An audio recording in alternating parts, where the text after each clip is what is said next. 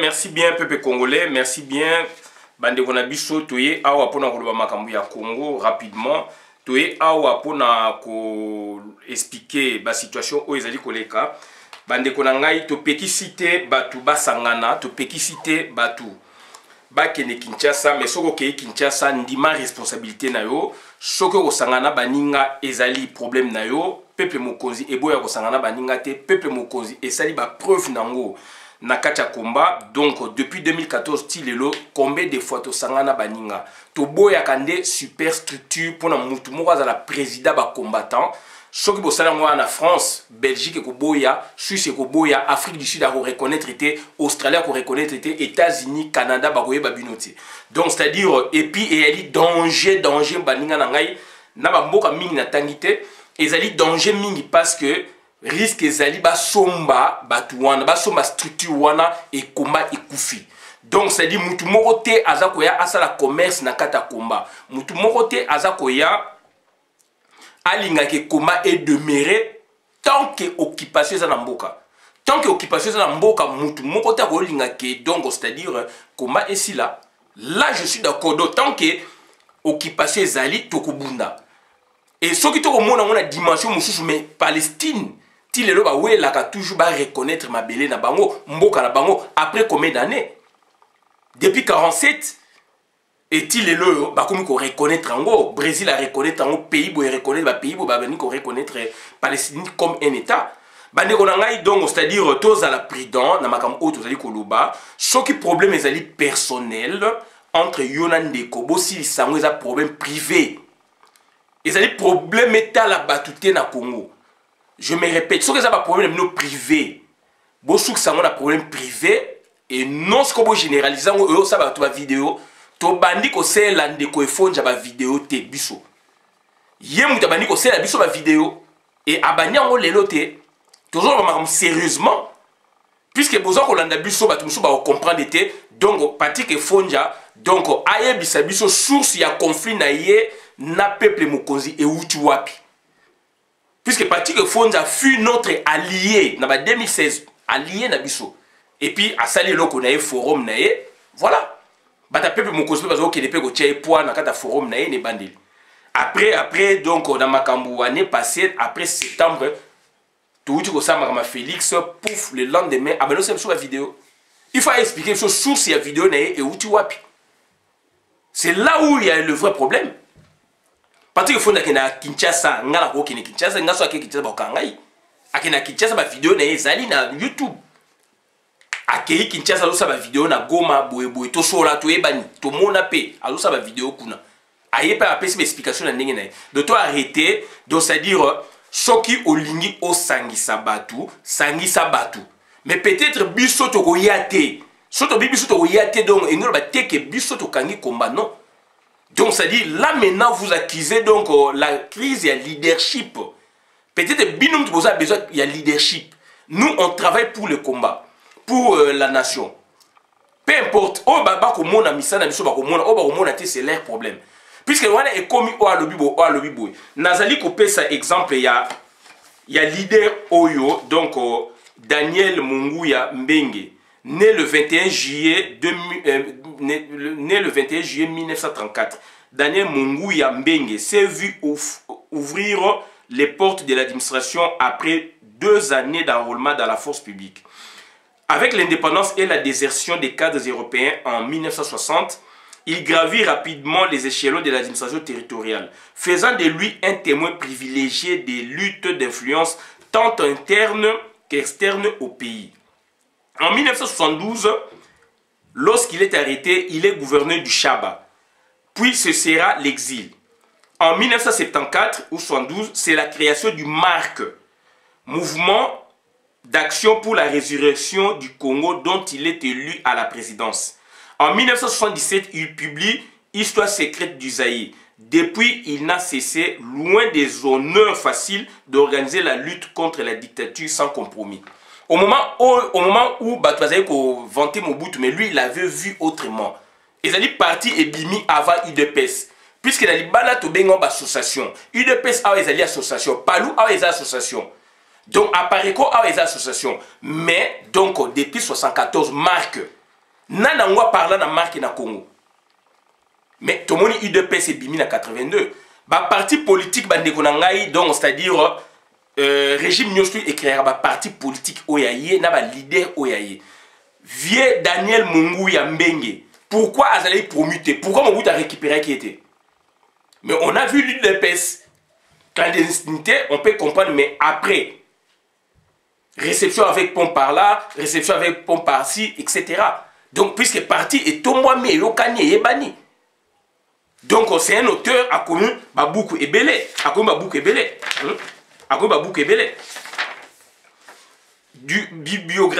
Bibliographie du même auteur, Histoire secrète du Zaïre, édition de l'Espérance 1977. Le socialisme en Afrique, édition de l'Espérance 1977. Mobutu face à l'opposition, édition Bissadiko et Fils 1978. Le Marc et l'avenir du Congo, édition Bissadiko et Fils 1979. Nathan on a IDPS bimitaire. Mais Palou tu en 1965, mais tout le monde est fait, il y a Palou ming. Tout le monde est 80 et quelques. ABC des forces du Marc, compte auteur 1982. Le carnet du partisan, compte auteur 1982. Le fraternalisme, compte auteur 1982.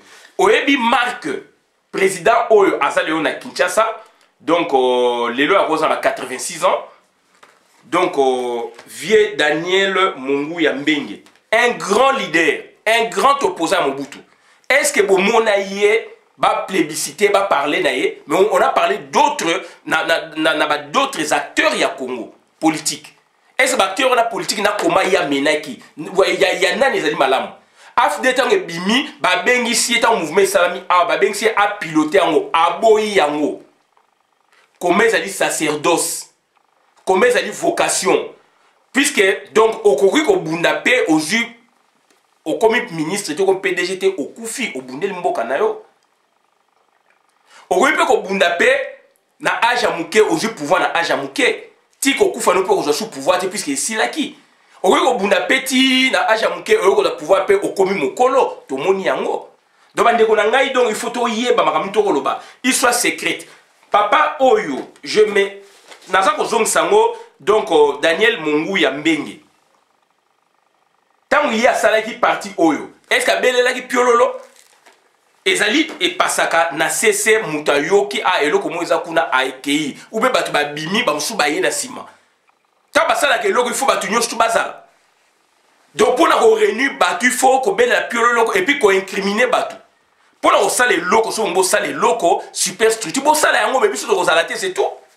Mais peuple Mokonzi et Kota Nabama Belé, donc combat depuis 2014, Tilelo, peuple Mokonzi et participe à Nababiloko, Nyon Soya combat.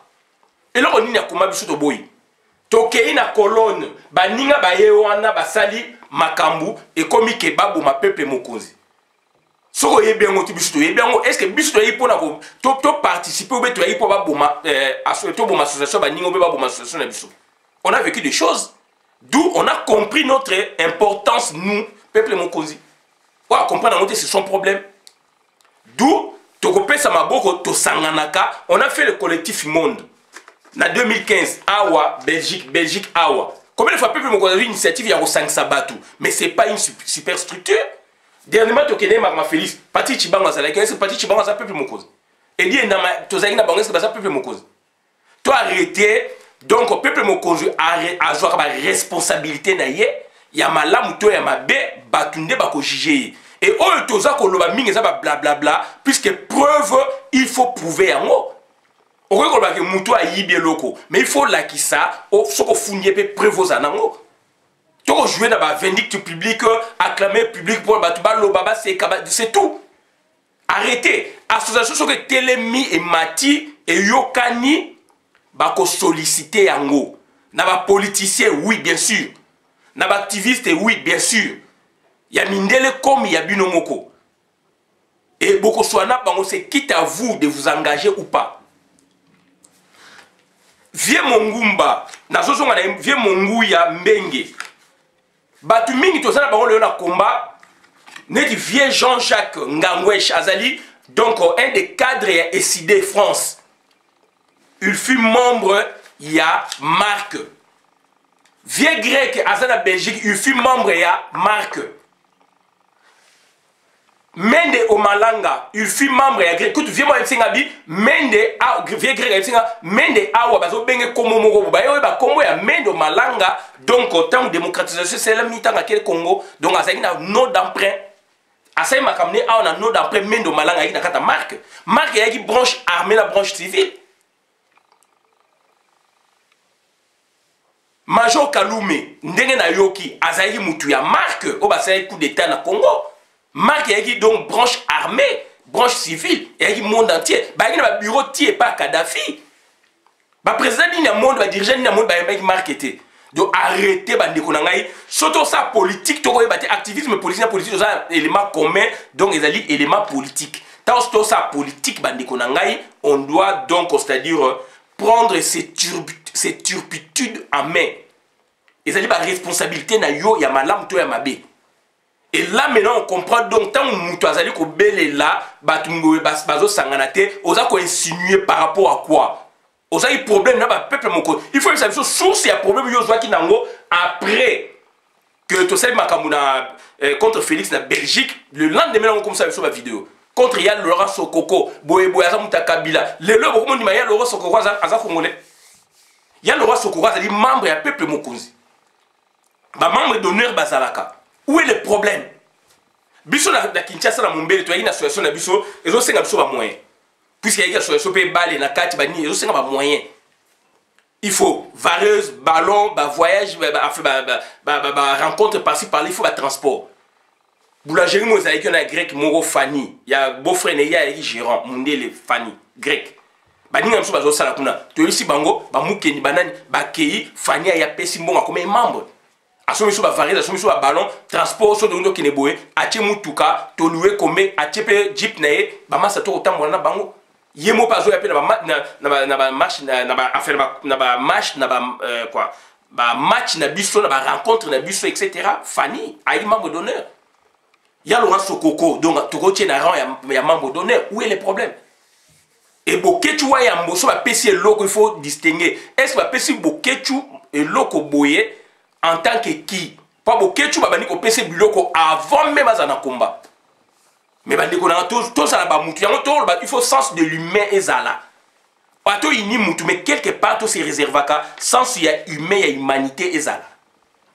Donc vous réduisez des gens comme ça, c'est comme si tu vas vivre quitter, bah il y a une relation té, mutabote mais n'était bou à col abimi bo mbalamoro, à comme qu'on surprend des bino. Arrêtez. Mutu donc durant sa vie à ça qu'on construit ma relation naïe. À ça qu'on construit ma relation naïe. Comme on a épé tamboli. Na comment on peut tamboli comme mutaza a besoin naïe. Où est le problème? Donc, le problème de il y a Laurent Sokoko, Bolobi Azali Moutoua Kabila, Mabe, Bolobi Azali Congolais te Mabe. Oh, bah, bon, on est ça, bah, qui se Mabe. Moi, j'ai un petit frère, moi, on a Père Alek Bekao. Père Alek Bekao, on s'est gardé avec club. Na Léopard, Lyon. Papa Alek Nabiso. Oh, on a dit Père Moussoussou Yé Nassima. Akoufa, bien sûr. Moi, on a eu, Asa Abana Nangola, pour na Zuneti, Eric Bola, petit Nangaï. Moi, on a Papa Alek Bekao.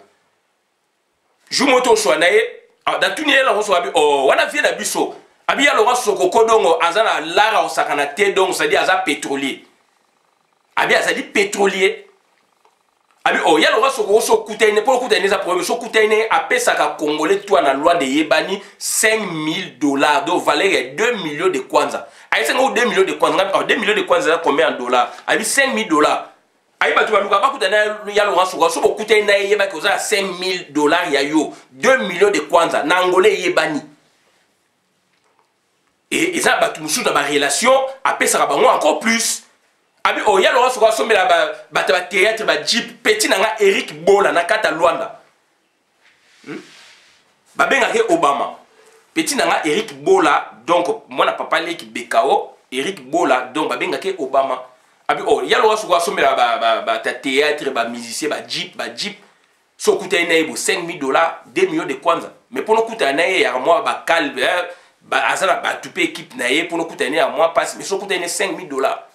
Nangola sikoyo aye pona donc peuple mokozi à travers Bokechu où est le problème mutu nyostu amemaka mutu na mouvement problème ni ezali même zaiko tant ezali ke voloka ina batu na ye papa ba ina batu ne batu mutu ba ina batu ne ma voela somo banani bino tu bo sala mouvement et mutu tanga ye sikoyo donc azali abi azali membre donc d'honneur c'est notre membre d'honneur botika ya lora sokoko voilà ezali to côté les mais to ba makam ndenge ezali. Voilà, donc comme il y a Laura Sokoko étranger, c'est comme on dit mais ça congolais mais botikaye. Donc on peut ça pour la sur la vidéo oyo quand il y a RCK. RCK pour na ngana banini bazuma comme na bango amen. Bakutana M23 toloba ki esengé toloba. Puisque RCK et Simbaki combat, bako solliciter bino, bako solliciter bato à moins que boye baté ki bo sala politique. RCK et Kei Kinshasa et Zongi, Bazali Wana, Martin Sali, Mama Blandine, donc Nani, Ndekonangano, Michel, aujourd'hui donc Nkumu Nani, Aiko, Bazali Bele Wana, et ça RCK. Nama Bena Wana Malam, on a responsabilité à RCK. Voilà. Mais Tobo Sanate, Nazo côté la RCK, mais Tobo Sanate, Balobakani, matérialisme et dialectique historique. Explications du monde qui partent, dans les explications du monde qui partent des causes vers les effets vers les causes, ainsi de suite dans un cycle permanent de la vie. Pour mon aîné, il y a IPES, Histoire des idées politiques, économiques, sociales, on appelle ça professeur Kakez Ekir Kam Azama. Il fait avocat, malheureusement à Koufa. Il appelle ça la première année graduée. Matérialisme et dialectique historique. Et ça à Karl Marx. Donc, Bablo va donner un sobo maîtrisant de la vie ezali. Donc, Albini Moutou, pauvre ya lobby à komaka riche lelo. Riche ya lelo à komaka, à koma pauvre lobby. Donc, Moutou moko ba tié na permanence résidence surveillée à Zalawana non. Na droit de l'homme ni Moutou ça na quête ya bonheur. So mouninga changer mouninga bo eza normal eza vie. So mouninga mutu nyos tu peux pas kokani ba chance ndenge moko te. To faire attention. To za na vie ezali mutu nyos tu azali chance moko te na mouninga. Boko bota matata moko mama moko boza na chance moko te. Moko roza docteur, moko roza soki dongo licencié boyebo, musu za na gradué ba tangité, musu so na tangita roza na chance ko le kabino botangi. Bandi ko na to faire attention. To faire attention. To faire attention yo otangi ba diplôme na ba nini mais oza na ouverture te ozo forcer me eza ko yate mais mutu mususu atangi na ye mingi te ba konzi balingi ba boye balingi ye pele msa ko lukelo pe musala e monana ndeko atangi te yo za ba diplôme ndeko atangi te za ba relation nde apeso musala ba ndeko nanga to faire attention et mutu asali musique mutu abete azali sportif il y a haut niveau musicien il y a niveau likolo. Moutou pas pasteur, bateau bazali do ba charismatique, moutou do bazali ba vedette. Donc so bozali na ye, donc akoyi ko apporter bino un plus na ba relation na ye, so ki pas motema malamu. Et Bokechu azali na sens d'ouverture wana, Bokechu makamna bomba ate, moutou avai na Bokechu ayebie. Bokechu azali na Swede ya kitambo, alomwe kuna asali Swede na ye, azana idéologie na ye na mama Didi asuta. Yemoku tabaki oh entre Bokechu premier na Bokechu wayambo alingane Bokechu wayambo. Pour ba ouverture azana ngo eleki même ko azali na musique alobaka ngomba web songo binote. Voilà. Donc, il faire attention. Il faire attention. To sangani na combat mais mutu na mutazana impact na ye. Mutu na mutazana philosophie na yazana idéologie na groupe ezana idéologie na bango. Donc to faire attention, to za ko confondre deux concepts diamétralement opposés. S'il vous plaît, to za ko confondre deux grands concepts diamétralement opposés. Ils ont l'association à vocation parti politique, eux ils ont vocation agricole, autres ça les association à vocation agricole. Ou le développement durable, sont des non, tout ça, l'association à vocation parti politique ou politique. Deux grands concepts, ils allaient s'opposer. Patriotisme, amour envers sa patrie, envers son pays, on peut dire la nation, et le militantisme idéologique. Militantisme idéologique, c'est une idée au besoin association nabino, na parti nabino, objectif, vision nabino. C'est différent, bande konangai, objectif, vision, ils allaient différent na patriotisme. Tout le monde toujours concourir pour na amour ya patrie. Toujours concourir pour na amour ya patrie. Mais na niveau ya association, bato ba idéologie na bango boy, ba idéologie na bango. Idéologie est MPR, et ça idéologie, MP fait privé, tout le monde qui a un peu, et ça même idéologie, il y a deux pièces directoire. Idéologie, il y a UDI, il y a Kenwadono, et ça même idéologie, il n'y a pas l'ou. Mais bah, tout va concourir, donc, l'objectif, donc, il y a un patriotisme. Peu importe, qualification, réqualification, il y a patriotisme, il y a moko na moko. On est comme donc, la doctrine, comme moutoua lo babou. Mais amour, il y a patrie. Biso to trahir patrie. To faire attention. Puisque comme ko insinuer biloko moko pour la mutu o azali faible a komona ke batu wana bandoki yi azali nzambe. Arrêtons avec ça. C'est là où nous intervenons. Bengisa batu bo sangana bo lia nzoku, ça c'est votre problème. Je me répète, bengisa batu bo lia bo sangana bo lia nzoku, ça c'est votre problème. Biso so to lia pondu to lia pondu bangunya to lia bangunya. Tout ça va confusion te mutu moko boya ka basangana azalité mais biso to za objectif oya biso to ko sangana ba collectif to sala ngo depuis 2015 14 pepe moko ebimi donc Patrick Chibanga bengsi bato ba idée na mato ke pepe moko zalaki to yeko to zalaki partout boy ça biso événement nini pepe moko za boy ko sangana bato mais pepe moko za boya ka super structure là nous sommes clairs pour la Elobama et puis même Elobama nous on a adopté ça aussi. Tokoki ko sangana batu te oba ko yana idée que combat président moko azala, secrétaire moko azala, comptable moko azala, là nous tokoyati. Tous allez clair à la matière. Mais ko sangana batu ça là constamment, tout ça là na Bercy, tout ça là ensemble na bino. Ça c'est donc ezali ko sangana ya circonstances et peuple mokonzi na bilo ko na azali donc na initiative et bela ça la paix yango na combat. To sangana pour la circonstance boy to sangana pour la circonstance wala yali ba benga ba collectif monde biso do benga collectif monde wana ba association belé hein na ba leader mingi ya ba association a wana Paris voilà to benga un collectif monde ça c'est autre chose mais ko sangana pour to sa super structure pour na ke Obama aya asola na biso ne waze ka lobe nous sommes pas dans ça mais du moins ceux qui parti moko association moko ba ko sangana ka ou bien bakobenga bango peu importe na dirigeant moko ya monde ceux qui ba représenter diaspora valablement Congo valablement obetele maboko et biso tout ko s'aligner ceux qui bino bo libérer Congo boko lia pe mbongo wana boko tonda ngo kaka bino moko te puisque to mo en terme ya kolia puisque Congo là mo en terme ya kolia mbongo ya corruption mais non to arrêter ezarani amnistie ba bengsi ba ko travailler. Donc, c'est ressaisir. Il y a Laurent Sokoko, donc c'est un Congolais. Azali Makam Nabiso, il y a Pepe Mokoza, idéologie Nabiso. Et ça, Makam Nabiso, c'est idéologie Nabiso. Donc, peu importe, nous ne dérangeons en rien, donc, calcul Nabino.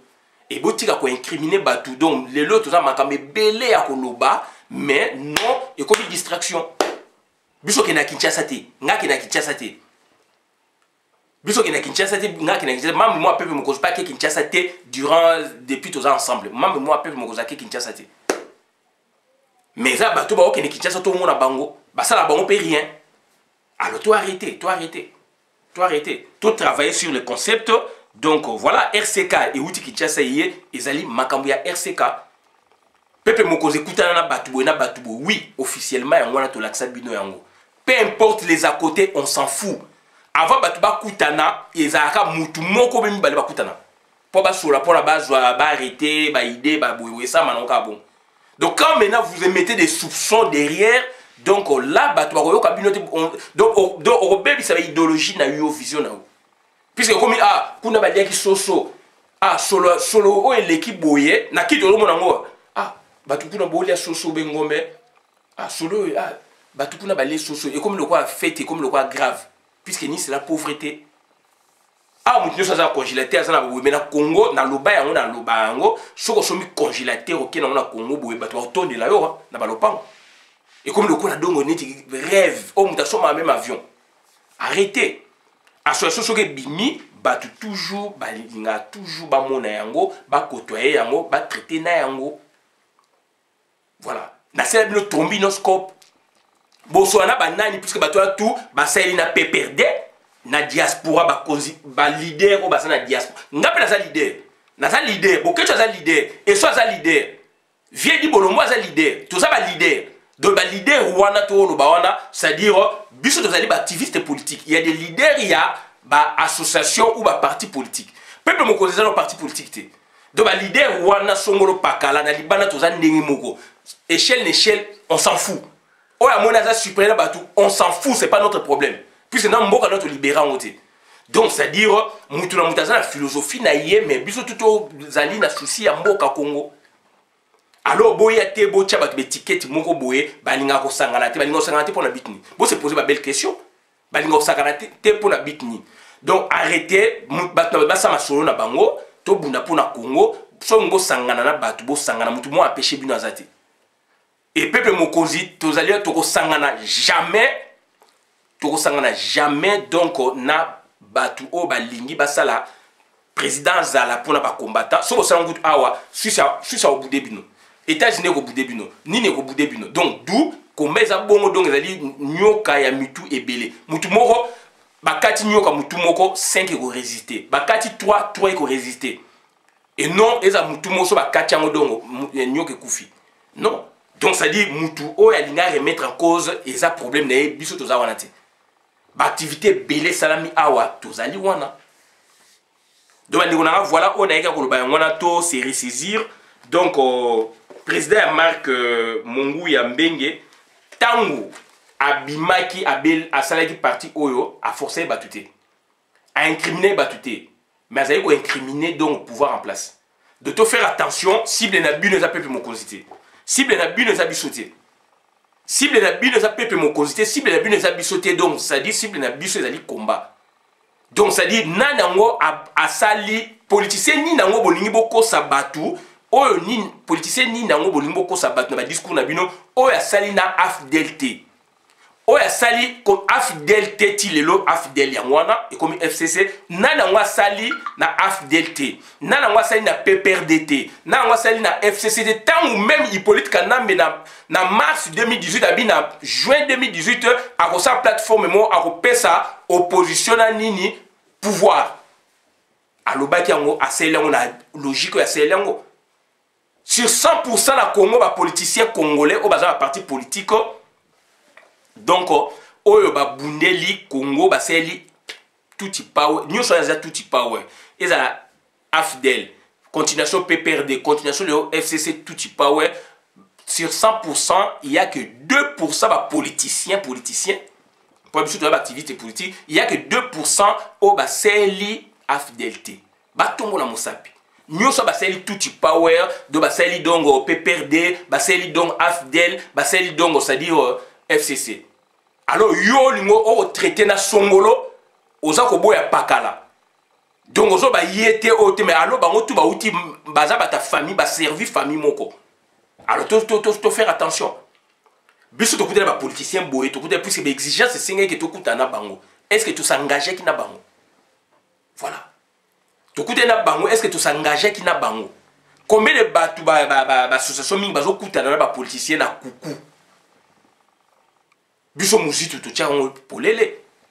Moïse Katumba Boketu ba kei ba qui plus de 40 Boketu a 39 personnes et soit a 40 personnes réunis salama qui tous qui vont ensemble. Ba muso ba boye qui ba muso ba ndima qui ba ke kutu retard. Voilà. Ba nombreux. Donc, on soki association, tu regardes sur association Télémi, et ça encore orchestre et bimi, zaiko et bimei na kasavu, il suffit et voloko et bimei na yolo. Là, on a lancé na yolo, bosé bimei na yolo si, pemne ba dido. Wenge bimi na bandal. Mais wenge struika na bandal te, et comme wenge zaiko ba, il suffit ba, là, on a lancé ba anti-choc, ba orchestre ba fali, ba fer, etc., ba big star, n'ene commis à niveau même international. Parce que misana bango est tombouami et bakomi ko benga bango na ba orchestre msou na bossa ko tanga kombo. C'est comme ça la vie. Batumo ba ko tika na kaka na résidence surveillée te. Tant misana bino tambola eza ko mata bakoyoka bino et toujours ça la nini. Toujours te ka mbicité. Toujours ça religion, toujours ça politique. Donc il faut acteur politique ba ya vers bino. C'est là où les gens n'ont pas compris, il faut acteur politique ba ko ya vers bino. Il y a tendance, c'est quitte à vous de les accepter ou pas par rapport à l'objectif d'Abino. C'est tout. Et donc, dans cela, Ezali et Bomi combat pété. Puisque tous en Abino Tilelo. Tous en Abino Tilelo. Voilà. Donc, ça dit trop de blablabla.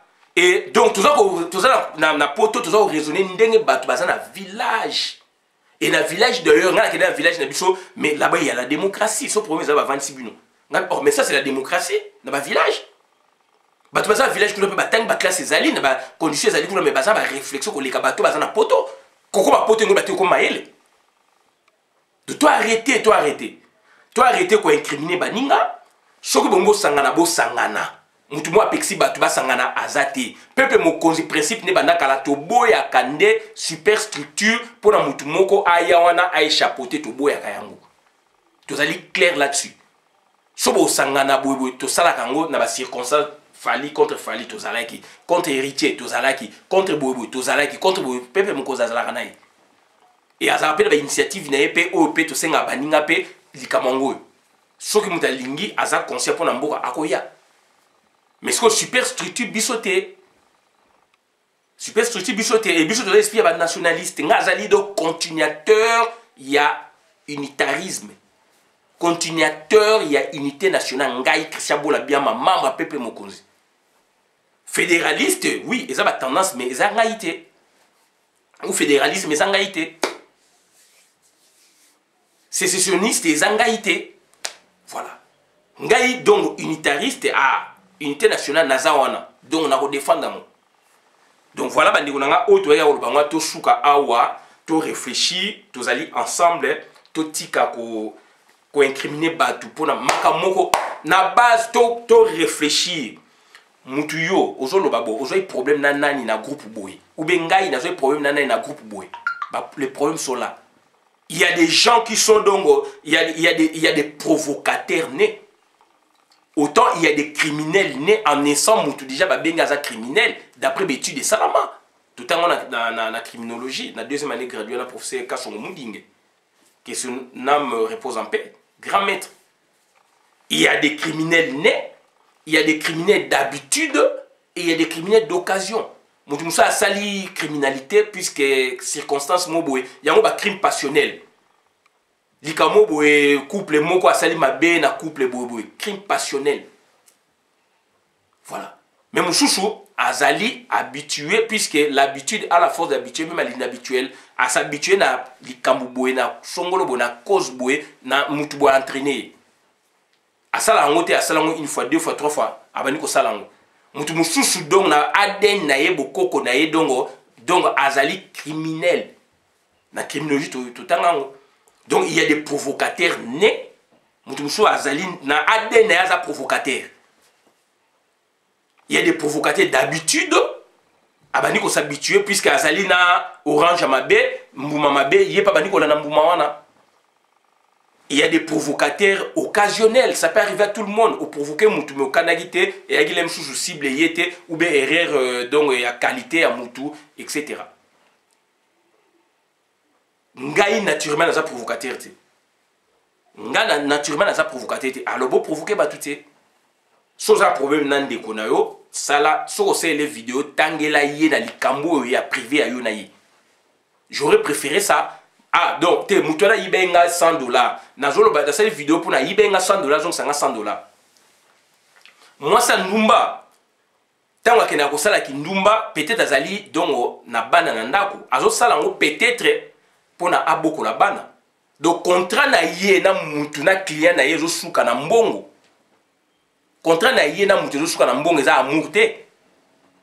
Eza amour te mais akei na but mo pour na zo mbongo puisque yo za na besoin eloko moko boye, yé pas za besoin eloko mo ah eloko yé a za besoin non.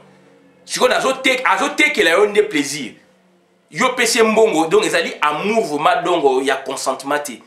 Azote que le plaisir puisque ebi que son akei boye place boye batu bo bazala son CG c'est mutu boye ko linga puisque za boye aza besoin plaisir.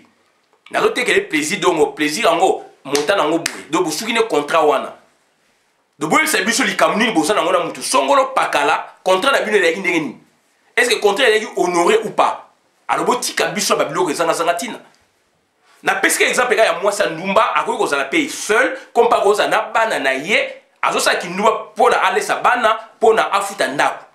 Et na poto awa na ba France ba nini ba Belgique ki ndumba ezali légalisé. Ba benga ngo eza musala. Na mone même awa donc na France bazo réclamer même ba association ba ministre moko awa donc bazo réclamer même que donc ba pesa ba subventionner bango par rapport à crise oyo. Ba luka ngo ba mbongo par rapport à crise oyo. Dans sa vidéo, c'est dans 1 minute, dans 2 minutes. Donc, ça dit contrat et zali place wana. Contrat et zali place wana.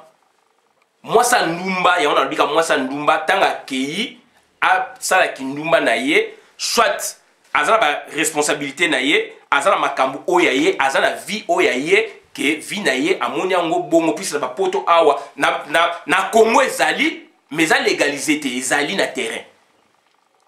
Mais na poto ba légaliser yango donc mutu wana futa rappel ben po na ye ba boyeboyo asala kindumba na ya sala kana ezali ya agent na compte ya musala na ba place ba sala kana ba pesa ba fiche de paye donc ça dit a ôté que le plaisir azote que le plaisir contrat na bino ezali azote que le plaisir siko yo mutu problème nini yo sala ngona batu oyo boyo kana ki te pona o incriminer tout le monde o incriminer même association batu nyos.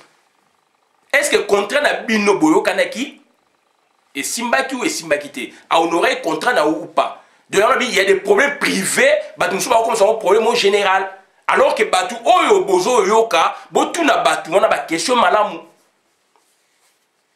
Donc voilà bande ko nanga eloko na yeka ko ba ngwana. Donc il faut qu'on ndima turpitude na yo. Il faut qu'on ndima bozo ba oya yo. Mutu oya ndimaka turpitude ya yete andimaka mabe oya yete alingi ko tiango na epa ya batu mutu wana azali donc égaré.